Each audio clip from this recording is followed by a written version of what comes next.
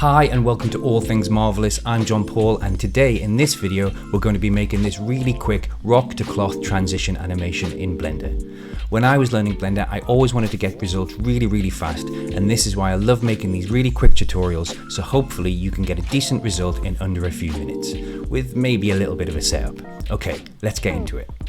So to begin with, we're going to need some sort of model. I like to use Quixel Megascans, but to get it to work in Blender you need to do a few things.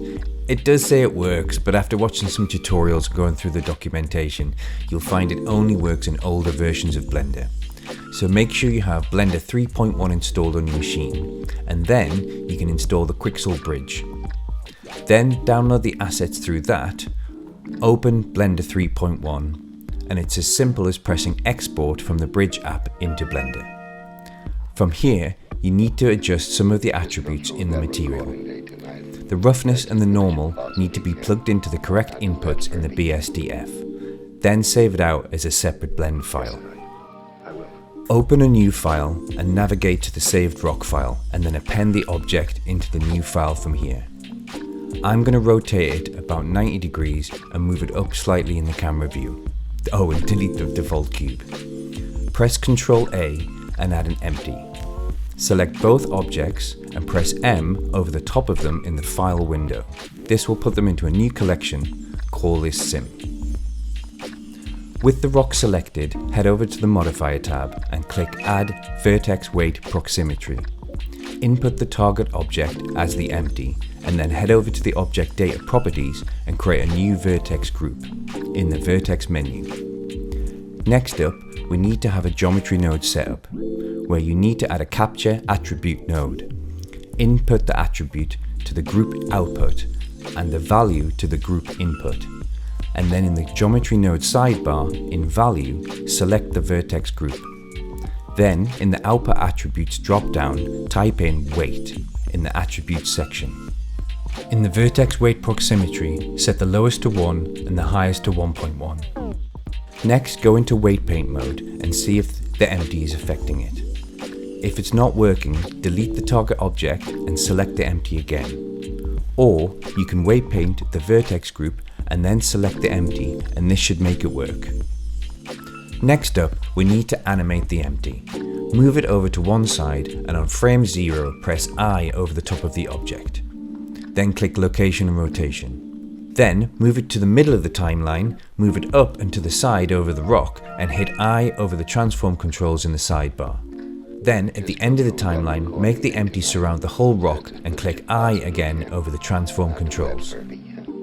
Now select the rock and add a cloth simulation and input the following settings: 15 on the quality steps, 0.75 on the speed multiplier, 30 kilograms on the mass vertex, then the tension, compression and shear on both the stiffness and the dampening set all to 1, and put the bending of the dampening down to 0.25. Turn on the pressure and set it to 2, and then in the shape, select the vertex group that we've made earlier.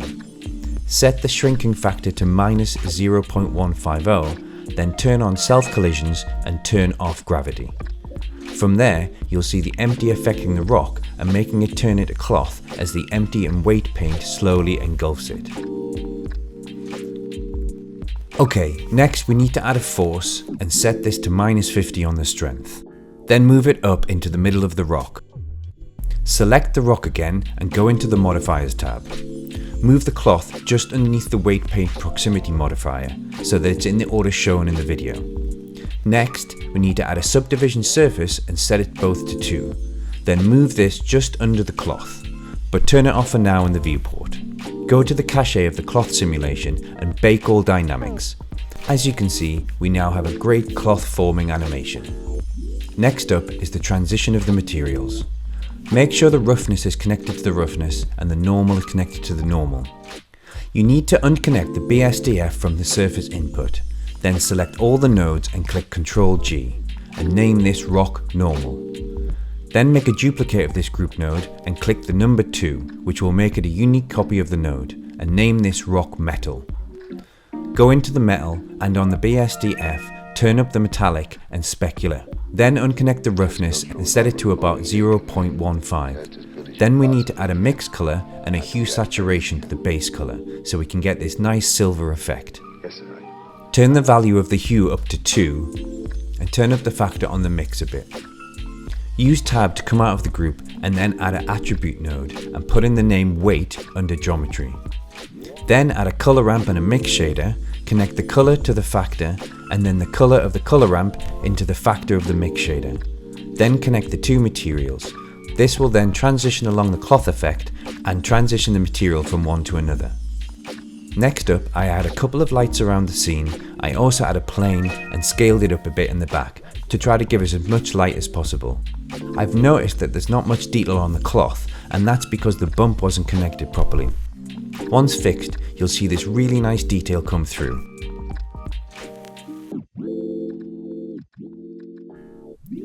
Then I added a gradient texture to the background and controlled this with the texture coordinates and vector mapping, and then moved it around so it had a slight gradient from left to right.